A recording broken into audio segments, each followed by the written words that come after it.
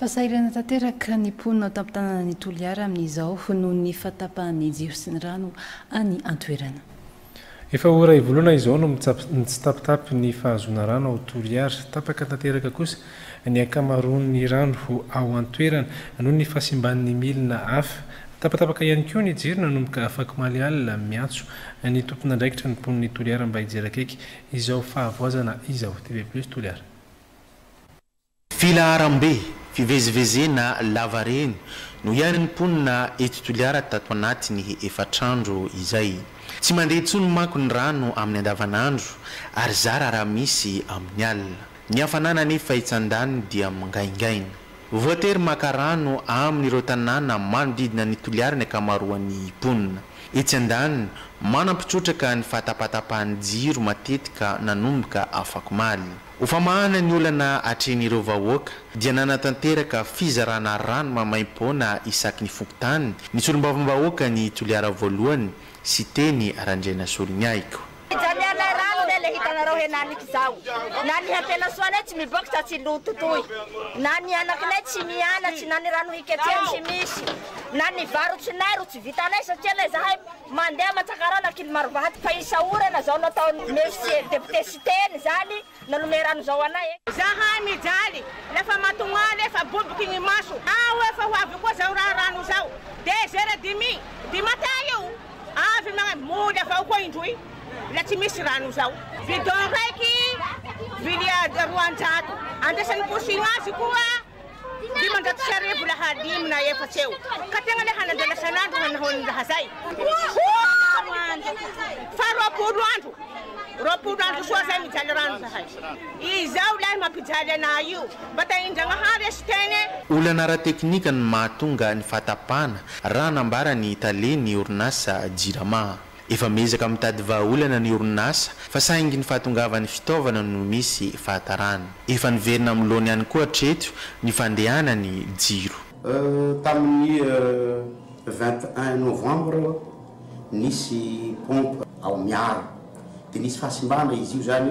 Io pompe io zany mbola sous garantie zany hoe mbola atofan'ny fournisseur raha ohatra misy fahasimbana. Io raha malaky zany 2-3 mois io zany niverenany mahazo vaovao zany tsika.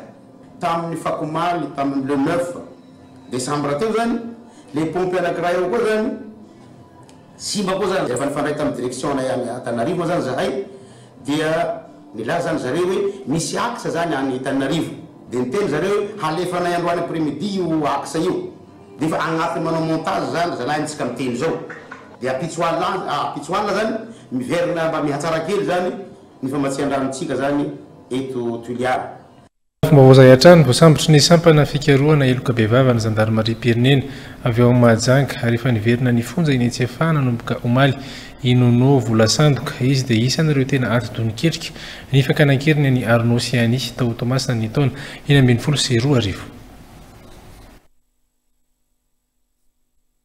Efa ntaona 2022 no nanomboka ny fikaroana ireo tompon'antoka tamin'ny fankanankiriny any Anisy Arnaud zanaka Mpandraraty tao Tomasina ny afara tamin'ny famonoana ny iray tamin'ireo ankizy nalanan-keriny ny raharaha daorian'ny angomaovao sy ny fanarahan-dia ireo profo rehetra voaray no nahafana ny roso tamin'ny fisamborana nonona no volasandoka isan'ny ato niketrika ny fankanankiriny an'izy mianadahy ireto araky ny tatitry ny Gendarmerie Pirenena.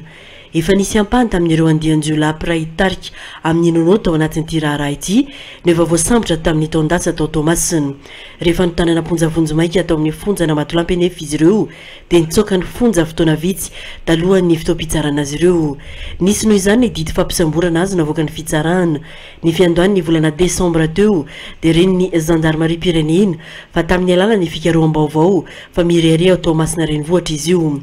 Nandray fiaramanidina ho an'ny sambahava no nandrenesana azy farany ary misy miambina sy manatitra azy amin'izany fa ahafahana mivezivezy izany. Nazo ilay didy fampisamborana azy ny direction de la police judiciaire ao amin'ny fibaikoana Gendarmerie Pirenena ka nanao ny fikarohana. Efa tsy hita tany sambava indray nefa izy ka taoriny ny fikaroam-baovao lala dia re fa efa lasa tany Mahajanga indray. Ny sampana fikarohana eloka bevava tany an-toerana araka izany no navoasambotra azy tao amin'ny trano iray tao Amborimbalandy. Niagatra teny fitsarana no sy nanao volasandoka taoriny fisamborana azy niverina ny fonja ny tsy afana nomboka omaly indray inono volasandoka taoriny.